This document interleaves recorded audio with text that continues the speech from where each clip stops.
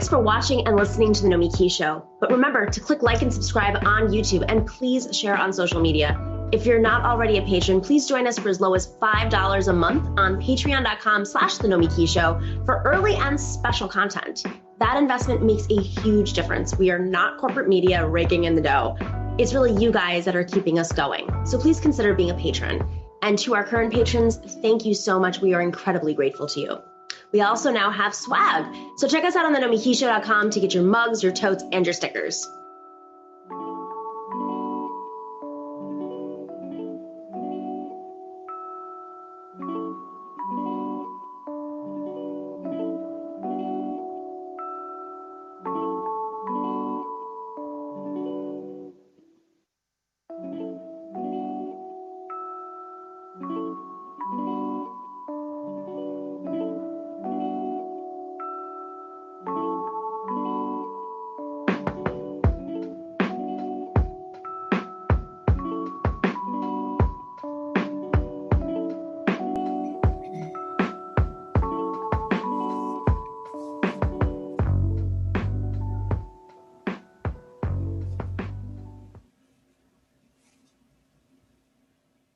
Hello and welcome to the Nomiki Show. I am Nomiki Konst, and we are 48 days away from the inauguration. But the inauguration of what? What is this government Joe Biden and Kamala Harris are putting together? You know, Isaac Newton said that he could see further because he stood on the shoulders of giants. So what will Biden and Harris see standing on the shoulders of the shrimps they are installing in their government? Will they see the profound pain of the working people who put them in power? Will they see that what was broken and unfair before the pandemic must be fixed now? Or Build Back Better is going to be nothing more than a hashtag and a bumper sticker? Will they see that the crisis is the crisis of Western capitalism? Or grasp that tinkering and incrementalism will just leave us even more vulnerable to the next crisis? Now, you all know that I'm a patient soul. Sort of, maybe not. But I am running out of patience with the Biden-Harris administration, and they aren't even installed yet, because I can see where this is going based on the people that they are putting in place. So let's look at this list. Okay, it's a softball to start with Neera Tanden. It isn't just that she is an intemperate bully. Don't get distracted by the personality stuff, as bad as hers is, online and offline. This is not just about personality. This is a struggle over policy. She is a neoliberal, a corporatist of the old order. She opposes Medicare for all or any single payer idea. She opposed a $15 minimum wage. Today, seriously, even the voters of Florida embraced a $15 minimum wage. Republicans embraced it when they were voting. And Neera Tanden says no. She's advocated for austerity measures like cutting Social Security. Her instincts take her to exactly the kind of compromises we have to resist right now.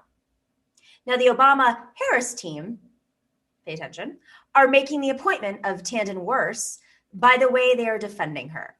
They point out that she rose from poverty with the help of food stamps and federal subsidized housing. So how come she was willing to cut Social Security and Medicaid to placate Republicans?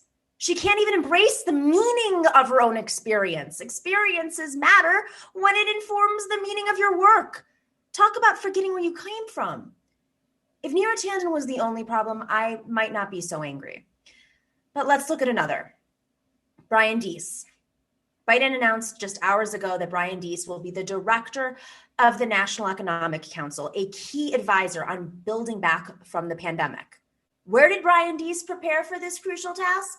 Why, where else but BlackRock, the giant investment bank? He was head of what they called sustainable investing, which BlackRock explains is, quote, focused on identifying drivers of long-term return associated with economic, social, and governance issues, end quote. Is making environmental and social action profitable for investors our top priority right now? Is that what the priority is? How about making it safe for workers or just making it healthy for people? This is about perspective and priorities. You put a guy from BlackRock and a pro-austerity woman from the Center for American Progress at the center of our economic policy, and you get what you put in. A perspective that puts investors ahead of workers, companies ahead of families, profits before people, foreign government investments and privatization at a time when our US government needs to amp up. 2 words, no way. We are going to talk a lot more about this tomorrow. We're going to look at several more of the Biden-Harris appointments. So you definitely want to stay tuned for that. But today we have an extraordinary show. The one, the only, the star of the chat on our show, Professor Harvey Kaye, is here. So he's going to have to take a break from the chat so he can be on air. Because, I mean, if he does it all at the same time, then I'm very surprised. Maybe it's not him in the chat normally. But Professor Harvey Kaye is going to talk about what's on his mind and how we can get out of this mess. And then we have Rabb from Pennsylvania and Arun Chaudhary on to discuss today's news. We will be right back with the one and only Professor Harvey Kaye.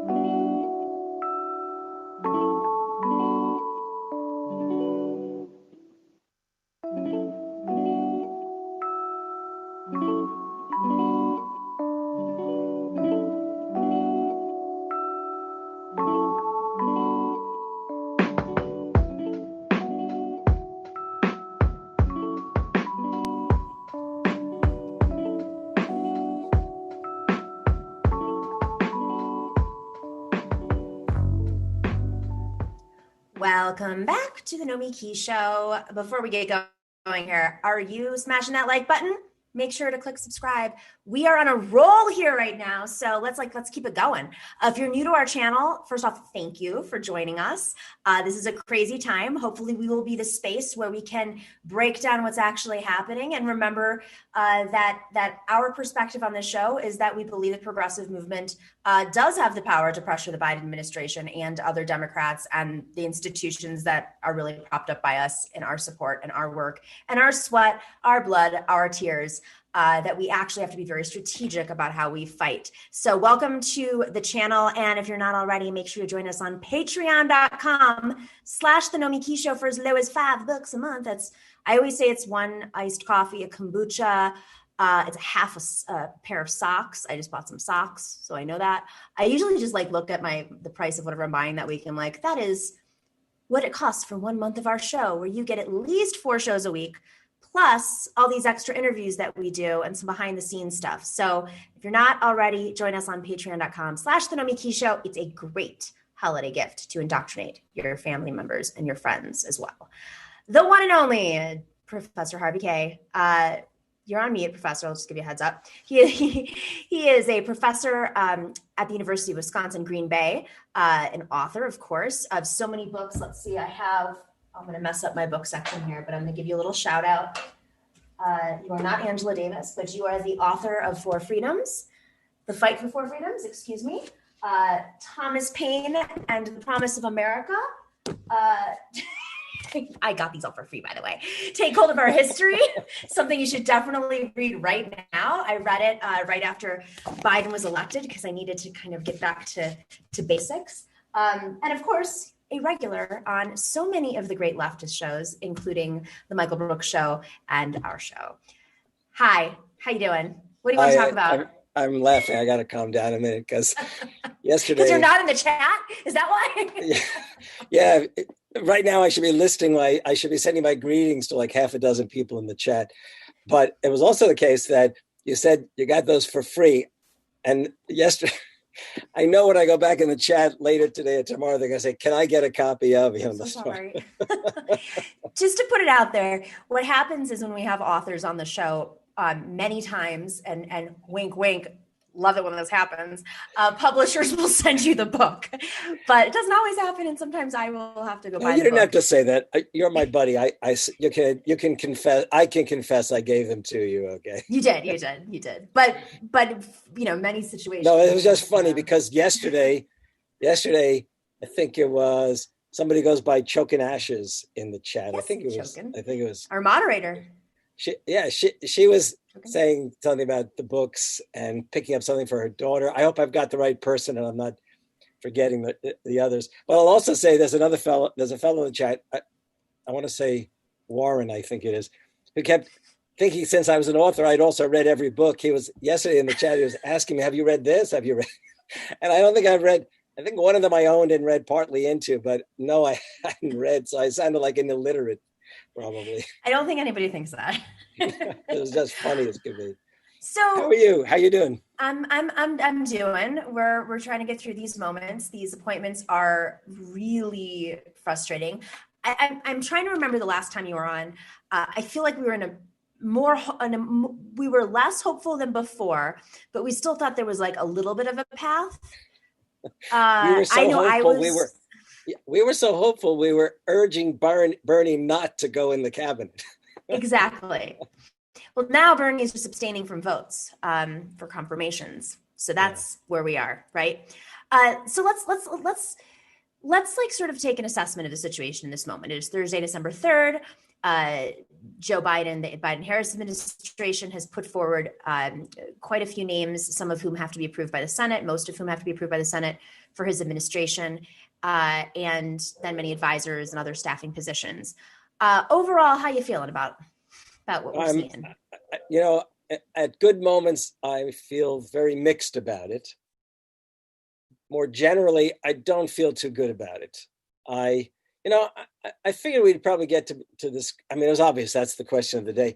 So I was reading up as much as I could. I always do this kind of stuff. I was reading about Blinken going to defense and Deese becoming the chief economic advisor. And I was trying to weigh and assess this. And so I was thinking about these folks who are literally like the resurrection of the Clinton and or Obama presidencies. And I thought, wow, I mean, is this all that he can do regarding defense and economic advice? Then I remembered, of course, that there were some good people who were named to the Council of Economic Advisors. But it's a totally different story. Council of Economic Advisors is just what it sounds like, Council of Economic Advisors. And if you don't mind my just giving it a little historical perspective on this. No, absolutely. When the Council of Economic Advisors was created, and I may be mixing up the councils a little bit, but the Council of Economic Advisors, as I recall from my work, and it's probably in that book, The Fight for the Four Freedoms, was created somewhere around 1945. The idea was that the Democrats, once upon a time, the Democrats, led by FDR, were determined to create, if they couldn't get an economic Bill of Rights, which they all realized was not likely given the Republican and Southern Democrats' opposition, there was at least the assumption that they could create a full employment economy.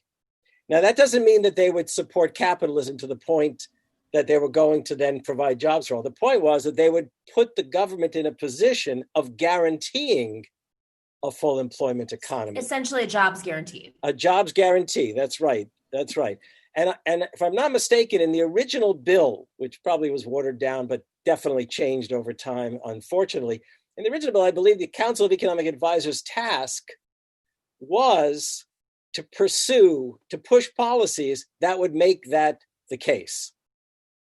So, okay, and this remained as a big question, by the way, for Democratic Party members and administrations, all the way through to the time of Jimmy Carter with the Humphrey Hawkins bill and similar kinds of things.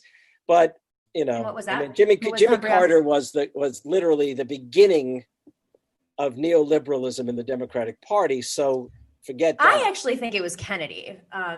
But that's, I think, more foreign policy. John Kennedy. John Kennedy. Yes, yeah, the Kennedy that was our president. I could definitely. Would you like me to add a little history into your argument? Yeah, I love this. Yes, much better coming from you than me. Okay, so because you know what I just read the books and then I come up with assessments, but I can't pull from that. This is why we have you. That's okay. I mean, John Kennedy came back from the war, destined to enter politics. with the backing of his extremely wealthy, extremely powerful Irish Catholic American dad. And he ran for Congress in Massachusetts.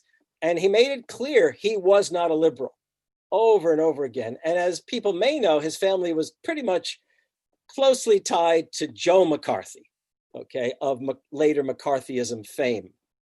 And meaning RFK especially, right? Yes, RFK especially. And when Kennedy launched his presidential bid in 1960, it was the case that Eleanor Roosevelt, who really was sort of the most important woman in America, even then in her much older years, really did oppose his nomination. I mean, she really did. Although I will also say that her preferred nominee was not a very good choice either. It went by the name of Adlai Stevenson, who had lost in 52 and 56, and by the way, was himself definitely reputed to be this liberal figure, but was not. But okay, so Kennedy runs in 1960, eventually gets Eleanor Roosevelt's endorsement because basically they all went to work on Eleanor and she wanted to beat Nixon, I suppose. But the key thing about this is that Kennedy over and over again made it clear he wasn't a liberal, and then he ran on a platform that he didn't write at all, which was a fairly progressive platform in 1960. The man who wrote it was Chester Bowles, I believe, who had been very much a part of the Franklin Roosevelt administration and had headed up the Office of Price Administration. Anyhow, so Kennedy had two economic advisors when he was president. This is a very telling thing about the Kennedy presidency. One of them was, and I know I'm going to blank, I can't remember if it's Stein or Heller, but the point is one is a what you would think of as a conservative Keynesian. That is, Keynesianism prevailed in the Democratic Party, but a conservative Keynesian said you can run a deficit if you give tax cuts to business. You can do that. And by the way, Republicans opposed that idea because they really actually were more interested in balancing the books, you might say. They gave that up eventually. So then the other economic advisor, and I don't know if he actually had the official title or not, was John Kenneth Galbraith of Harvard University, who, for all I know, had come to know Kennedy because of Harvard University. Galbraith argued a progressive or liberal Keynesianism. You can definitely run deficits if you're putting it to work to end poverty, enhance the public infrastructure, and education. I mean, he really was calling for spend the money, okay? Invest in America. And unfortunately, he lost in the debate. And they went with calling for tax cuts. So if anyone goes back to look at Lyndon Johnson's first speech as president, which was only several days after the assassination, everyone remembers it because Johnson opens up by calling for a Civil Rights Act to honor the loss of Kennedy, because Kennedy had finally come around to the idea of a Civil Rights Act. What people forget is, first of all, they forget that Kennedy was not a very keen activist on civil rights questions. But the second thing is that Kennedy had the tax cut in his agenda, and Lyndon Johnson said we should also honor Kennedy by enacting the tax cut for business, which would come back to haunt Johnson himself, by the way. And for what it's worth, not too many years ago, one of these major conservative hack writers, whose name I'm forgetting, actually wrote a book that had people had reason to take seriously, and I did because of the argument that Kennedy was really a conservative. And the way he made that case is that Kennedy wanted to give tax cuts to business. Ronald Reagan could stand on Kennedy's shoulders and call for that kind of thing. Anyhow, there you go, to enhance your argument. Not to mention the internationalist perspective and being extremely anti-communist. Oh, yeah, yes. Right. No, his inaugural address, which became famous and is still quoted to this day, don't ask what you can, what your country can do for you, ask what you can do for your country, was a decidedly Cold War speech. And to my recollection, said almost nothing in it that would have given anybody hope that we were going to see any kind of enhancement of the New Deal or a resurrection of the New Deal years, for what it's, but it's also actually, if you think about it, I've never really put a ton of energy into thinking about that one line, but it's putting the burden on the individual in every sense. I guess you isn't could. government, can you imagine saying that right now? Don't ask what, other than wearing a mask, I guess, which would be a really great thing if people did.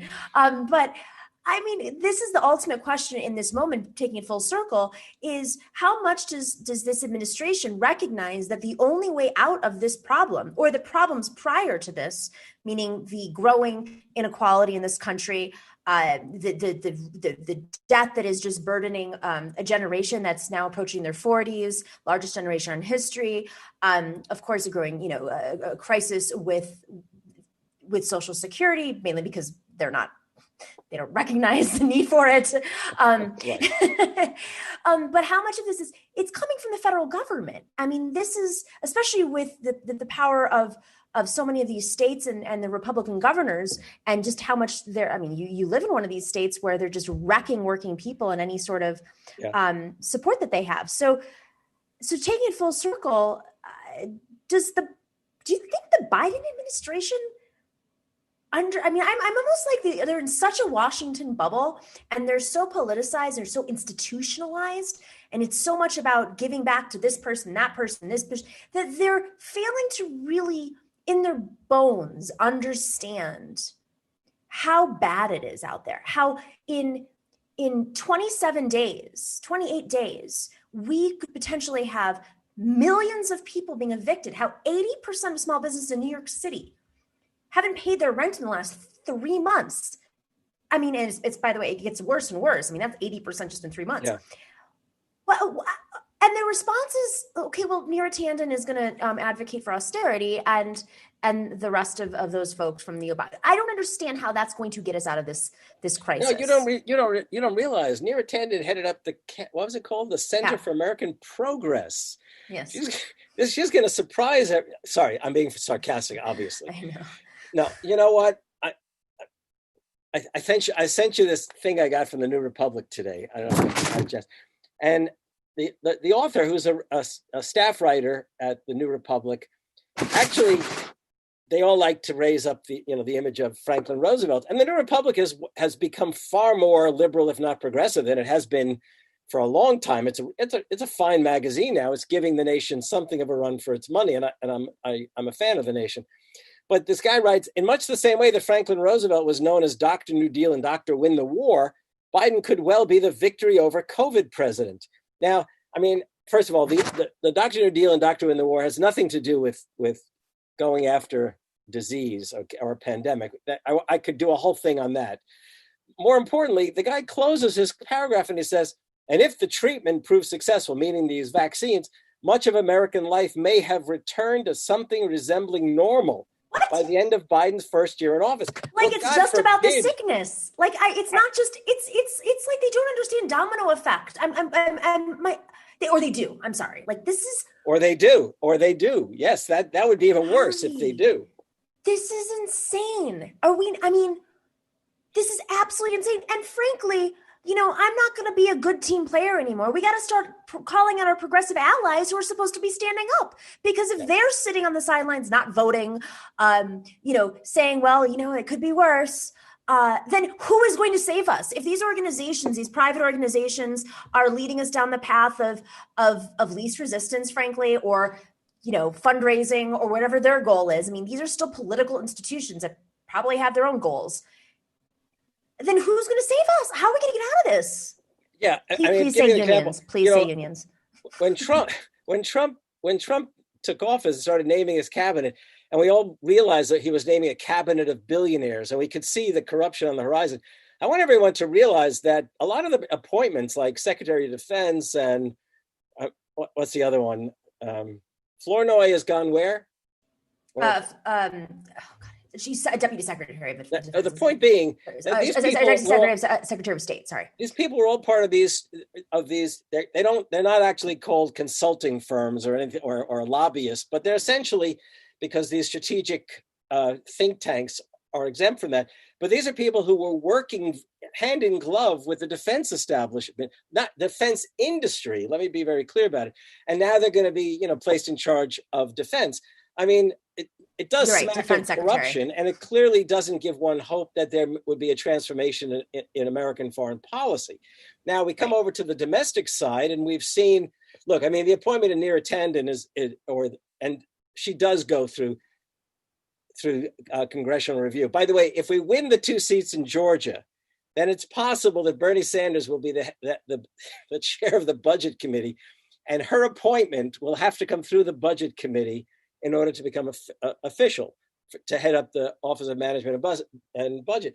And the question would be, does Bernie stay the sweetheart he's been to Biden, or does he say, you have got to be kidding me if you expect me to endorse this woman who attacked everything that was on our agenda and is clearly has a history of not progressive action, but decidedly center-right kinds of stances when it came to doing the kinds of things that Americans need. So, I mean, all of this is to say that normal is not what we need. We haven't needed normal for 45 years. I mean, this isn't even normal, Harvey. Like, we have pushed so far right.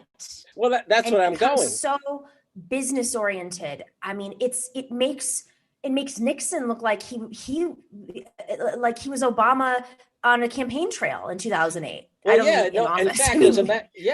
in fact, Bill Clinton once proudly said, "We're all Eisenhower Republicans now," while he was in office.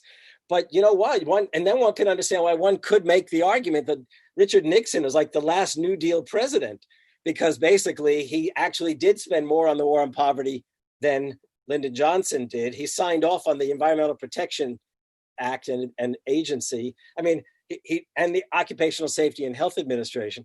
I mean, it really has come to the point where, as I was about to say, and I'm with you on this, 45 years of class war from above on working people. I mean, the working class as a social strata has not seen a rise in real wages since the early 1970s.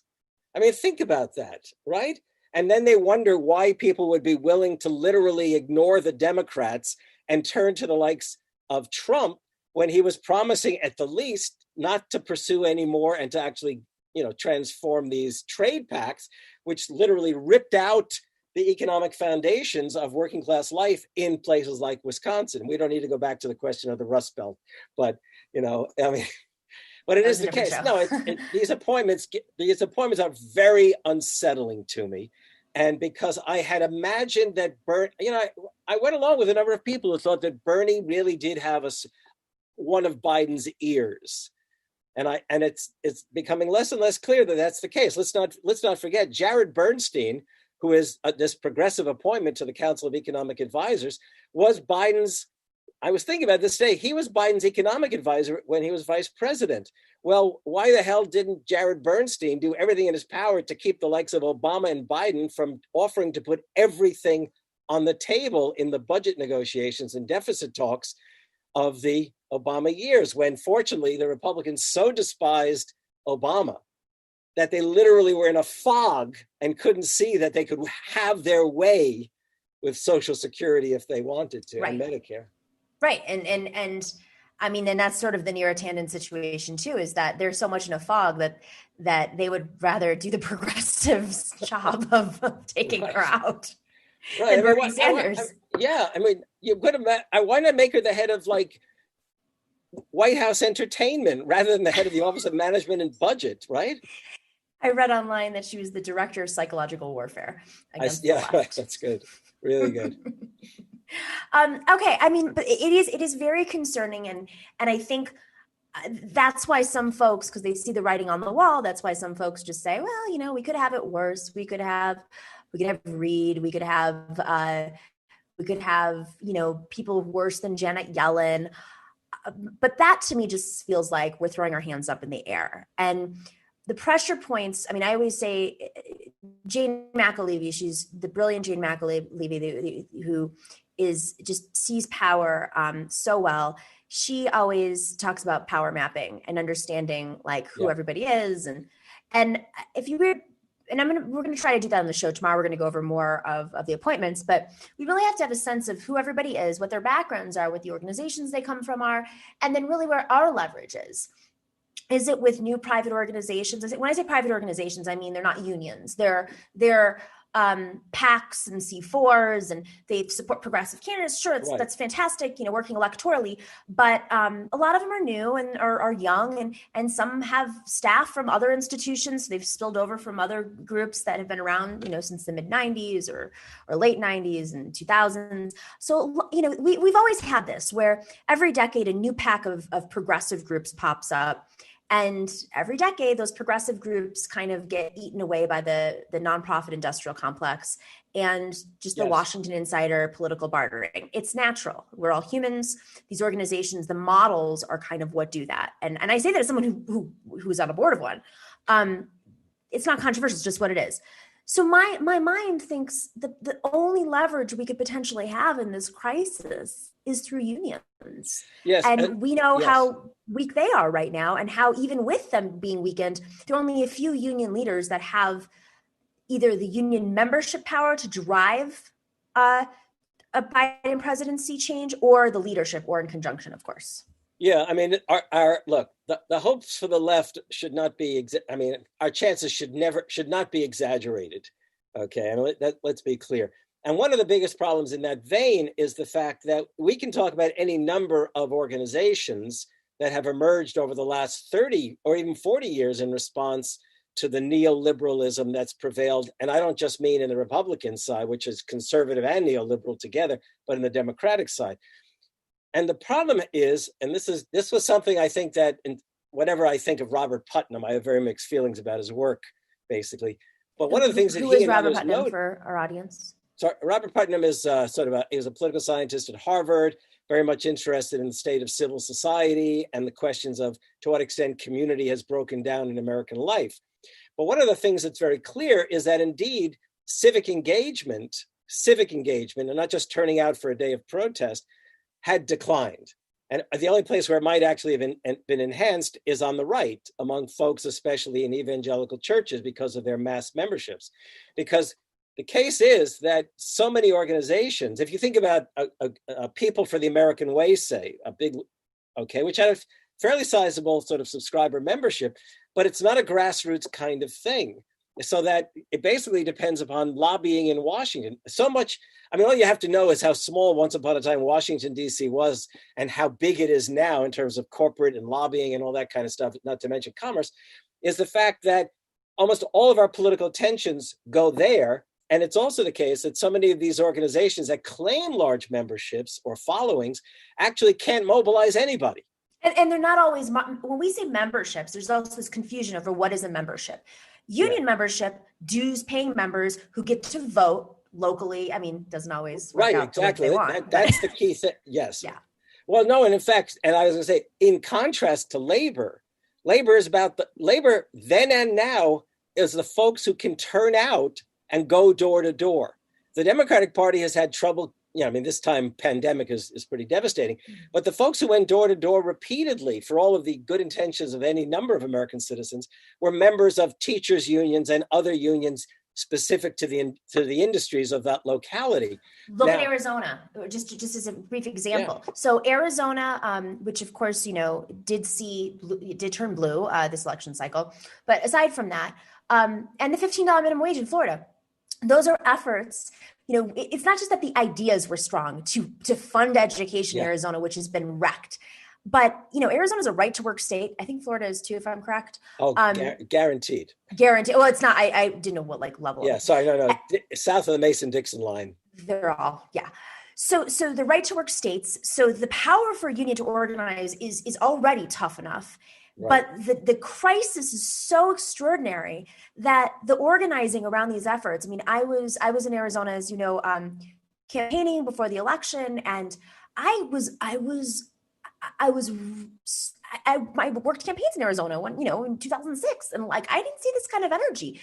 The teachers were organized and they were ready and they won, as they did for the $15 minimum wage in Florida, even though up and down the line, Republicans won. So there is so much power in a union and their message and the organizing and community building. And a lot of these union members live in red districts. Long Island, for example, has more teachers in Long Island than any other part of New York State. So, sorry, I just had to brief little note about how unions won this cycle.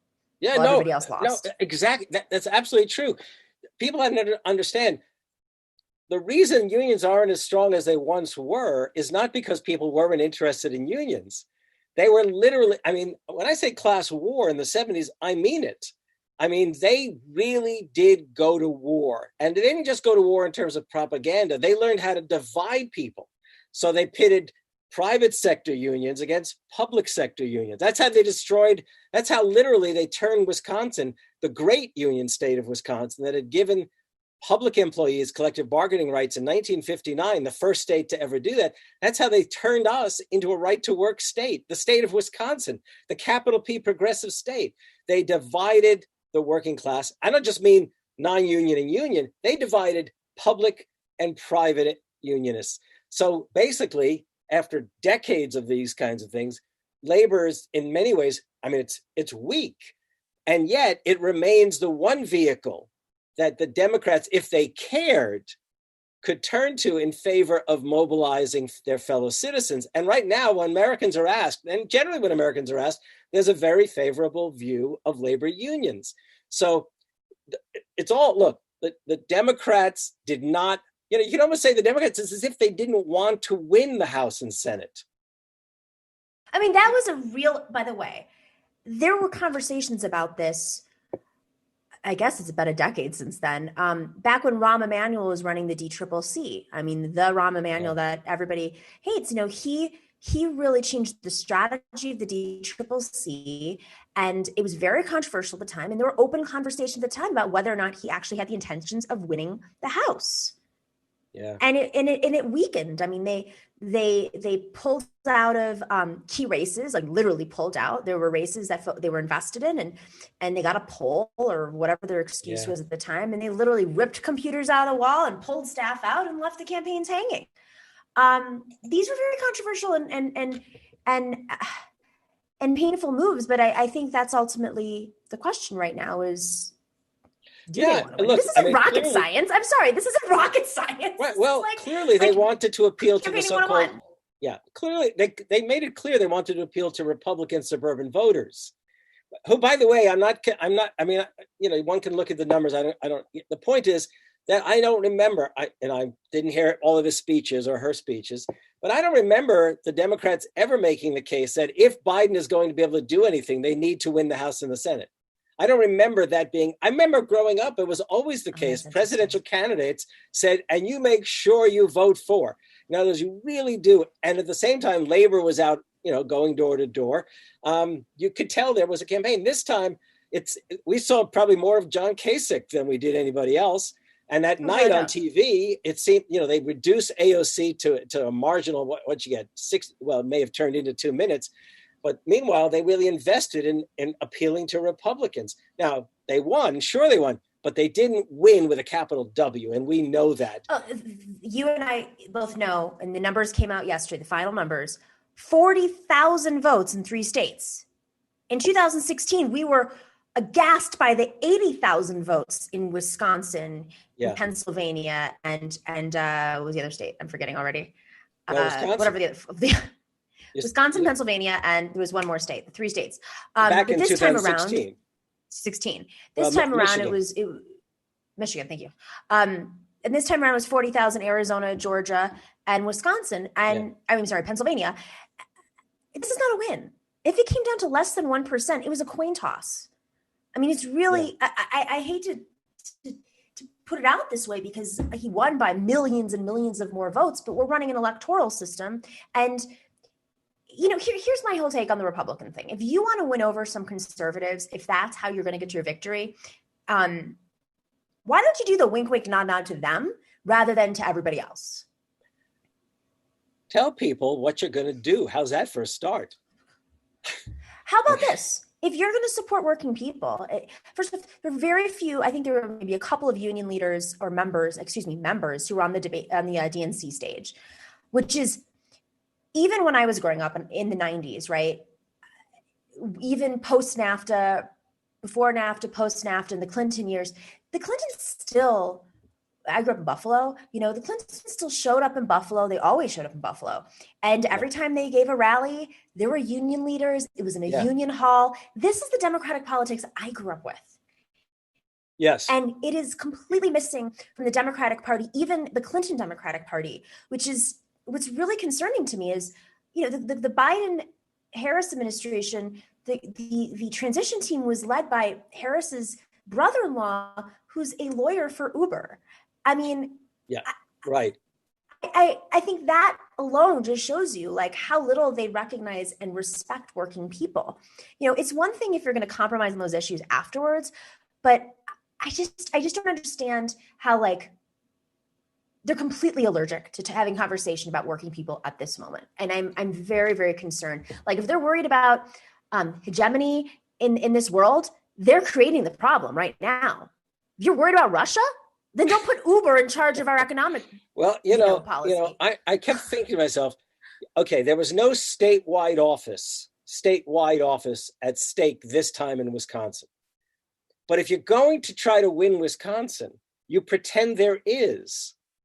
You pretend there is a statewide office going, and you tell people we're going to reverse the devastation of the Scott Walker governorship. We need all of you to vote at the Assembly and Senate level in the state and give us congressional representatives. We have to turn. I didn't hear any of that. There was no sense on the Democrats' part that they were at war with not only Donald Trump, but with the Republican and corporate establishment. And how could they, of course, with the corporate types, because that's who they are. But the fact is they could at least have turned their guns, excuse the expression, on the Republican Party and what they have done to us. I mean, that's the thing that kills me, that we have yet to have the Democrats say, the Republicans have done this to you. This is not Donald Trump's cohort. These are the Republicans. That's right. I really haven't thought, it's not so much as they're just trying to appeal with Republicans. They're afraid of differentiating themselves from Republicans. And as long as you're not delivering a message, I was on Fox News last week and they asked me, why did they win? Why are Republicans winning in California? And I said, because the Democrats don't have they're not there. They just there's no message. They just run somebody and they don't say anything. It's like, I don't know, who am I going to vote for? The guy who said something or the person who just sat there? Yeah, right. I mean, that's ultimately what it comes down to. Really fascinating. I hadn't thought about that enough in terms of the Democrats going out there and campaigning up and down the ticket.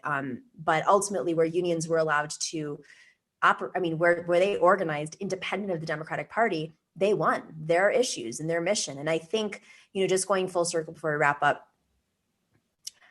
is that our only path? Is our only path to pressure Biden through union leadership and union organizing? Well, it can't be unions alone. And who the hell knows if Richard Trumka will ever hear anything I say? I knew him at one time. Let's hope that if Sarah Nelson becomes the president of the AFL-CIO, it's sooner. I mean, that question will come up in a year's time.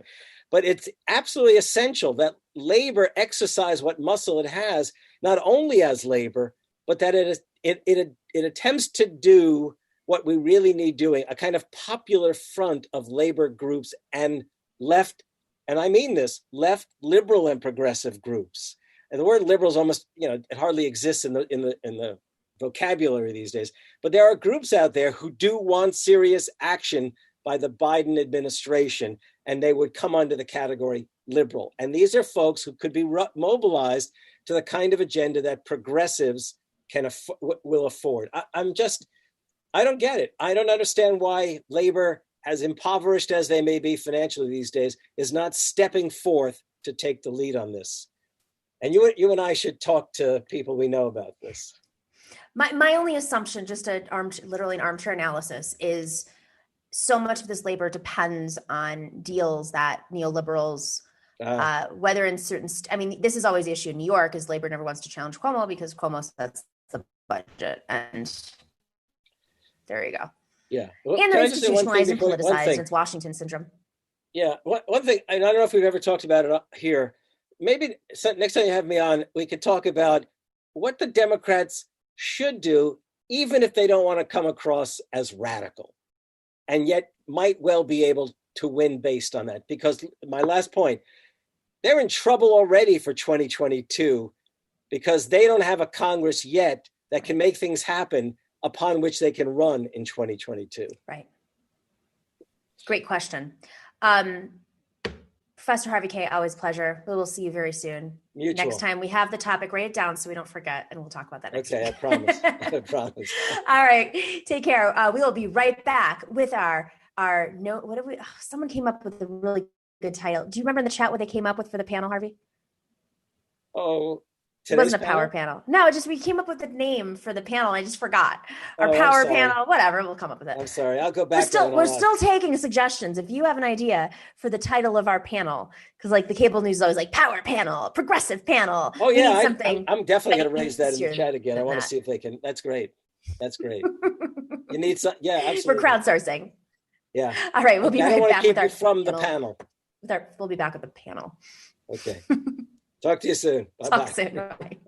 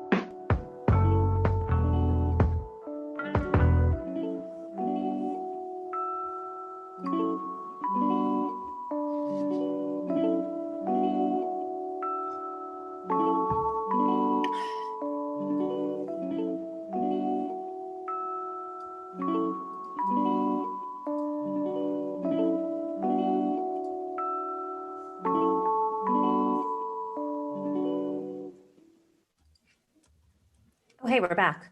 Welcome back to the Nomiki Show. Are you guys comfortable? Are you all set up? There we go. We did our stretches. Thanks for your patience. Arun Chaudhary is a political filmmaker. He was, I'm going to memorize this at some point, but now I'm going to read it directly. Arun was formerly the first official White House videographer and worked as creative director for Bernie Sanders' 2016 campaign. Also, was part of our campaign team. And we just lost Rabb. I'll give his intro. In the meantime, though, he's coming back. Rabb represents the 200th district. There he is. Represents the 200th district of Pennsylvania's legislature, which is right outside, which is part of West Philadelphia, I believe, Northwest Philadelphia. I feel like I know this all now. Highest turnout district, most progressive member, and I think he's still getting connected here. All right. In the meantime, there he is. Hello, Rabb. Sound is coming together, connecting audio. Okay, I'll start with a run. Let's play this video. I'm going to give a little intro of it. Yeah. A video of a Republican from Michigan expressing frustration that stimulus money in the U.S. is going to the wealthy and that people aren't getting the help that they need. A Republican in Michigan. Let's play that clip. Oh, hold. No video. Do we have that clip, Dorsey? Nope, just kidding. We are having lots of tech issues here right now. All right, let's hold on that one. We'll go back to that story. Okay, guys. So there's big talk of the vaccine, right? The vaccine right now has been approved for use in the UK. Pfizer, it's a Pfizer vaccine. The representative is promising that, can't believe we even have to say this out loud, rich people will not be able to buy priority access to the vaccine. He says, I can say clearly and confidently that there are no plans to supply the private sector for the foreseeable future. No chance at all. Do we buy this? Is this really happening? Not for Arun, 1 second. You're on that side of the world. No? Yeah, Tell no, us I don't why. buy it for 1 second already because of what I'm hearing about, different countries, different contracts. They're right next to each other, right? So Holland says we can't vaccinate people who aren't high risk till August 4th after their summer vacations. And the Pfizer plant is literally 10 miles outside their border. If you're telling me all kinds of shenanigans of rich people all of a sudden going on vacations and saying they're sick isn't going to happen, you just don't know rich people. Like that, I don't, you're right. It's almost like inside America. If something is not universal, it immediately means that poor people, people of color, and marginalized people do not get it. So unless this vaccine is universally offered everywhere at once, the money is going to flow where the money flows. It's like water. Yeah. What's your take, Rabb? I have nothing to add to that. Well said. I mean, yeah. Rich people are going to do what rich people do. Let's go into conspiracy land here. Do they just want all poor people to die and then just replace them with robots? I'm trying to think, how does society, seriously, I mean, this is a global pandemic where 2,700 people died in the US alone yesterday, the highest day on the record. And of course, we know that the majority of people who are being affected are people who still have to work, who are living in homes with people who still have to work, who still have to commute to work on public transportation, who still go outside and have to be part of society because they have to survive if they're even able to stay in their housing, even if, and they're getting the effects of not having proper treatment, not being able to afford treatment, having side effects from the treatment and not being able to afford to treat that. We know how this works. So if we don't have any sort of social security in place, and they're not, the vaccine's not going to be universal, I can't even imagine anything other than working people just dying as a result. I mean, you are in a state where they can literally buy you off. So, yeah, and they haven't, legally, right? Yes, they have not. They can literally legally buy you off. So, I mean, my only take on this, I guess, is it's become so transparent, right? What else would their agenda be at this point? Well, it's odd saying this to you, but I think you're giving rich people too much credit to think things through this completely. I mean, there's a distinction between being aggressively rich and being aggressively smart. And part of the downside of being aggressively rich is that you don't have to think a whole lot. Things just kind of work out for you because that's how the system is structured. And so you're disconnected with anything that allows for you to have the luxury that you take for granted. So in Pennsylvania, agriculture is a huge industry. And a lot of the folks in positions of power in the majority party, the Republican Party, they want to help the farmers. They want to help agribusiness. They want to do all this thing. But the labor responsible for producing all the amazing food in our state is on the backs of immigrants. So if they were smart, they would take care of the workers because because we all like to eat. And they also support local farmers who are in challenging times, even before the pandemic, because of a labor shortage. And I'm a part of a group that is helping try to promote driver's licenses for undocumented immigrants in Pennsylvania. And I sort of know about the harrowing process in New York. In Pennsylvania, it's even less likely to happen. But they go against their own interests because of the ideological nature of their existence. And it doesn't stand to reason. It doesn't make sense, but they can live with not making sense, because for some of my colleagues, they don't need a salary, they don't need the benefits, they don't need the pension. If they do everything wrong, their grandkids are going to die rich. And that doesn't really require critical or analytical thinking if that's kind of already set in motion. So I think we become unreasonable if we try to reason with folks and that's not on their radar. So I know you have a thought on this, Arun, but I just want to throw this out if you want to respond to this too. what was really strange to me about this is the Pfizer, all these companies can set the price, honestly, at whatever they want. And the government, if the governments around the world are purchasing it, they can afford it. So wouldn't they stand to make more money if they had these direct contracts with governments? Or maybe I'm not understanding economics properly, but I don't understand why it's being released this way. The vaccine's being released this way when every government in this world should, and hopefully does, have the interest in releasing this vaccine for the existence of making their economies flourish, right? And survive. Right. And you think if in the EU, they would get it more than anybody.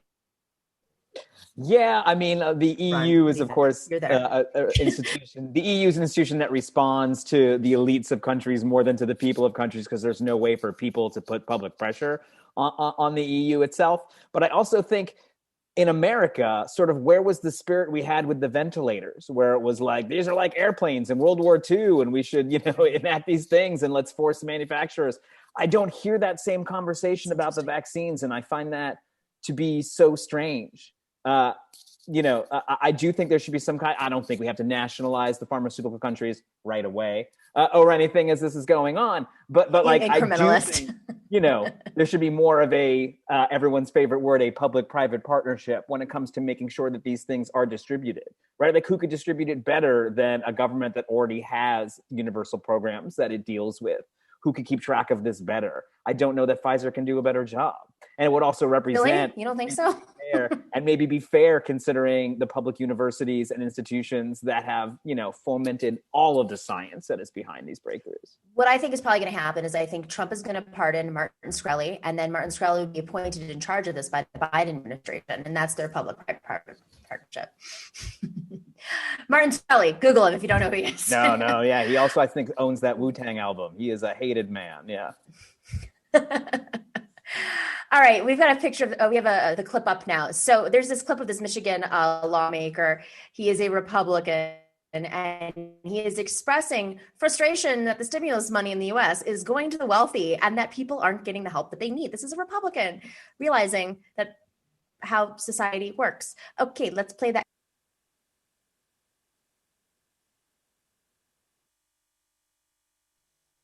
The details on why the judge said no.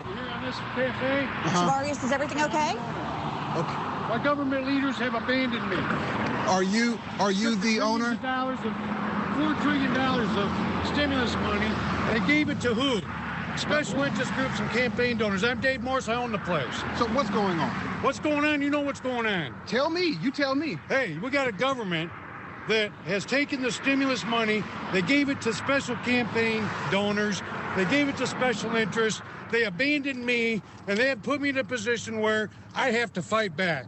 Okay? So do you feel that this is the right thing to do? Absolutely. I feel everybody needs to stand up. Hey, listen, there was enough money to give every family in this country $20,000 to go home for 2 months. They chose to give it to special interests and campaign donors, the Kennedy Space Center, and they abandoned us. So you could have given me money. I'd gladly walk away for 60 days and let this virus settle down. I'm not going to do it alone. Okay? Are you going to continue to violate the state's orders and stay open? This is a state order. This isn't an order. This is a conspiracy. This is a tyranny. What do you want to tell other restaurant owners who... Wake up. Stand up. This is America. Be free. I got patriots coming out supporting me. I think what's so fascinating about this is he recognizes a big chunk of the problem, but then the Trump brainwashing swoops in and it's like, I'm a patriot. We got to keep things open. But he did say, I would gladly shut this down. And if Trump had shut it down initially, shut down the country, or recognized that we had a crisis in December, or funded the CDC instead of gutting it, we would be in a very different situation globally if Trump had actually stepped up. Rep Rabb, I see you nodding your head. Yeah. Now the ball is will soon be in the Biden administration's court. What are they going to do?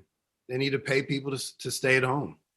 And they need to enforce these restrictions. For those folks who call themselves patriots and they talk about freedom and they talk about personal responsibility and self-reliance.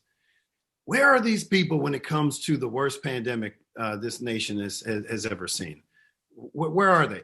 102 years ago, there were a federal campaign with posters talking about it's patriotic to wear masks. These were not liberals. Where is that patriotism? When you're talking about patriotism, is connected to nationalism, right? So if you believe in your nation, then you probably don't want to be supportive of the greatest villain, I mean, other than fascism, to the actual strength and health of this country, which is this pandemic. And when we talk about 9/11, it eclipses 9/11, right? And yet there's no connection to people's political ideology with regard to doing what's best for your own country, not for your party, not for your ethnic group, not for whomever. And it's disingenuous, it is disgusting, and it is the nature of the problem we face today, because they are vaccinated from truth or enlightenment or self-reflection, and we got to deal with it. And I guess the last point I want to make is what appears to be Biden's approach to bringing people together is the absolute wrong way to go about this. It is the absolute. It's not about coming to the middle about people who don't believe in science and those of us who do. That's absurd. We can't embrace civility until we embrace truth and justice. And we can't do that if folks aren't willing to meet us halfway, and they're not, because they are set in their ways. And this is pre-Trump, right? This is Tea Party stuff, 2010. And the Tea Party was, informed by things leading up to 2010. So this is just the genealogy of batshit crazy. The genealogy of batshit crazy. Arun, you're an expert in messaging. What Rabb just said about the patriotism of wearing a mask and that there were signs out there, I am really surprised, even if it comes from private organizations, health organizations, World Health Organizations, I'm just really surprised, there's very little effort other than maybe a Hollywood star putting on a mask and doing an Instagram video, effort to just inform folks about their personal response, just what Rabb said. And then with that being said, how does the Biden administration undo this toxicity, this brainwashing that is really pulling our society down right now? I mean, our global society, because the US has an impact on the world, folks travel places, et cetera. And just every community in this country is even on the Democratic side. I mean, how many lawmakers this week that are Democrats are out there having dinner and taking trips to Acapulco or wherever it was that they went, right after they say that the mayor of Austin said that he was going to be shutting down Austin. Then he takes a trip to Cancun or Mexico, wherever it was. No, that's the point. You put your finger right on it. And I want to expand on what Rabb said in a way, which is that we have plenty of nationalism in the country, but we don't have a patriotic effort like we did in the World Wars or whatever, because nationalism plus faith equals patriotism. That's the missing ingredient. And people have absolutely no faith in their government institutions on either side. Let's not forget that the Trump mandate was not to succeed at anything. It was just to prove them wrong. Prove all the jerks who ever told you that they were smarter than you about something wrong. And obviously, he works hard at that every day. So I do think that, there needs to be more bipartisan ownership of this, but it doesn't matter. Biden just needs to make sure that checks go out, because that is the only measurable way. He is actually writing checks of faith to people. He will be restoring people's faith that this government is worth supporting, that they can believe that it will do something. Because that's the difference between now and 1945 and 1965 and 1985 and 2005. Right? It doesn't matter. There is just a steady decline in the trust of any of these institutions. And so from a messaging standpoint, the only person who I've seen sort of do this was when Trump insisted on putting his name on the check. Because you take this fellow in Michigan, and the last time he saw some money, it was a check signed by Donald Trump. So if Biden wants to counteract that, just do some math, make a real check that actually counts for something, and put your name on it. Right. Do you think BlackRock will let that happen though? Council of Economic Advisors, yeah, right. So if you guys have a few more minutes, I want to touch on student loans. Are you guys cool with that? Do you have a few more minutes? We went long today. Sometimes don't talk to my loan officer about it. Or mine. All right. So, the big question on the left, really everywhere, is why is canceling student debt such an important political and economic cause? It's true that debt cancellation won't wipe out other forms of debt that will continue to cause harm. A recent piece in Current Affairs, it takes on this $1.7 trillion that Americans owe in debt, arguing that much of it ultimately canceled, but not before its owners have suffered for decades. If much of it is coupled with free college, will stimulate this economy and will actually get us out of an immediate hole. And of course, part of that, if we know really, I think anybody who has student debt knows this, is that you can't declare bankruptcy with your student debt. You got to pay it. You got to pay it. You default, it affects everything else, your ability to qualify for loans, to buy a house, to buy a car, et cetera. We all know the jam because we're working Americans. Why is this? I mean, it's interesting that Senator Schumer talked about eliminating student debt, sort of means testing it a little bit, whether it's realistic or not. But the fact that he recognized it makes me feel like, okay, they're starting to feel the heat. Other senators are starting to feel the heat locally because there's political pressure from those angles. But I mean, how realistic do we think any sort of cancellation of debt is going to happen, at least on day one? Rabb. You got a lot of debt, I assume. You went to a lot of schools. Oh, really good. Expensive schools. Yeah. And I'm really concerned about the racial wealth gap, because we talk about income inequality. The real culprit for all of this is the wealth gap. And what you said earlier impacts the ongoing chasm that exists between specifically African Americans and white folk. And for a long time, for every the stat was for every dollar of wealth that a white family has, a black family has a nickel. That means we have to work 20 times as hard to get to parity. So if you're talking about starting a business, you talk about buying a home in a neighborhood where property values will go up. Well, then all of this is interrelated. And so when you do all the things we're supposed to do, right? You pay your taxes, go to school, get a job, get married, buy a home, have kids. You do all the right things, then you're punished with staggering debt. And if you're a woman, or in particular a woman of color, there's no pay equity, right? And then you're discriminated against for buying a home or getting a bank loan, irrespective of your formal education or occupational prestige as an African-American person. So this mean testing thing is bullshit, because systemic racism impacts folks up and down the economic ladder. And historically, in every single era, when Black folk excelled, when we were entrepreneurs, when we were elected officials, when very few were, white vigilante mobs lynched us. They stole our land. They created new laws. They pushed us out of the South and other places. This is the norm.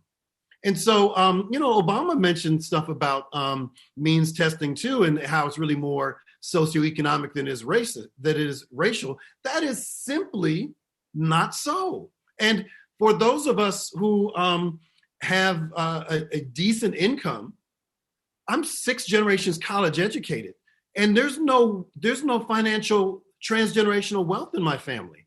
6 generations of Black people in this country have college degrees, no wealth. I don't know a single white person who has 6 generations of college education and no wealth. It is staggering. And so this is a form of reparations. And to do means testing would be deeply problematic. Form of reparations. It is. Yeah, and that's why you hate to see the argument kind of get sucked into this as an elite thing, almost borrowing that Rick Santorum line of like snobs who want to go to college. Remember that, Jem? Right. Like, I think sort of taking the right-wing framing as progressives, as Democrats, as liberals is really, really detrimental, and it's not helping anyone. And I would remind everyone, whether it's 1848 or many other revolutionary situations, it's actually not when you piss off and kind of take away things from poor people that revolutions happen. It's actually when the middle class comes to the end of the meritocratic ladder and finds out that there's nothing there. They poke their head up through, they're like, I'm here. And they're like, yeah, sorry, you're still not part of the club. And they partner with, yes. Arun, real quick, just touching on it from the EU perspective. I mean, there's obvious access to free college in the EU, and depending on what country you're in. And it's much cheaper even when it's not free. Much cheaper, exactly. So, I mean,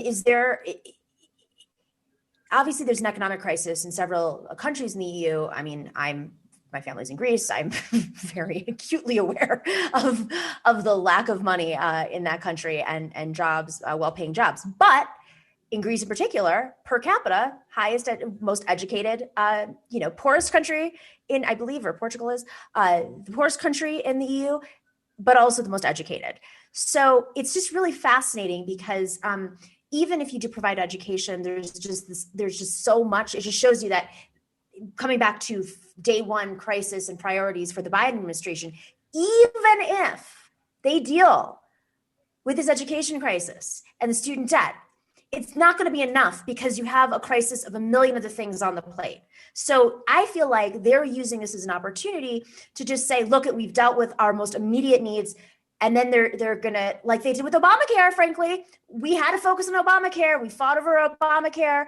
And as a result, we didn't get to all the other things we wanted to. We have to deal with student debt, could find some compromise on student debt. And then as a result, we're not going to get to all the other things that we need to get to in this economic crisis. But if you look at, there are still countries in crisis that have free education and they still do not have the wages to survive.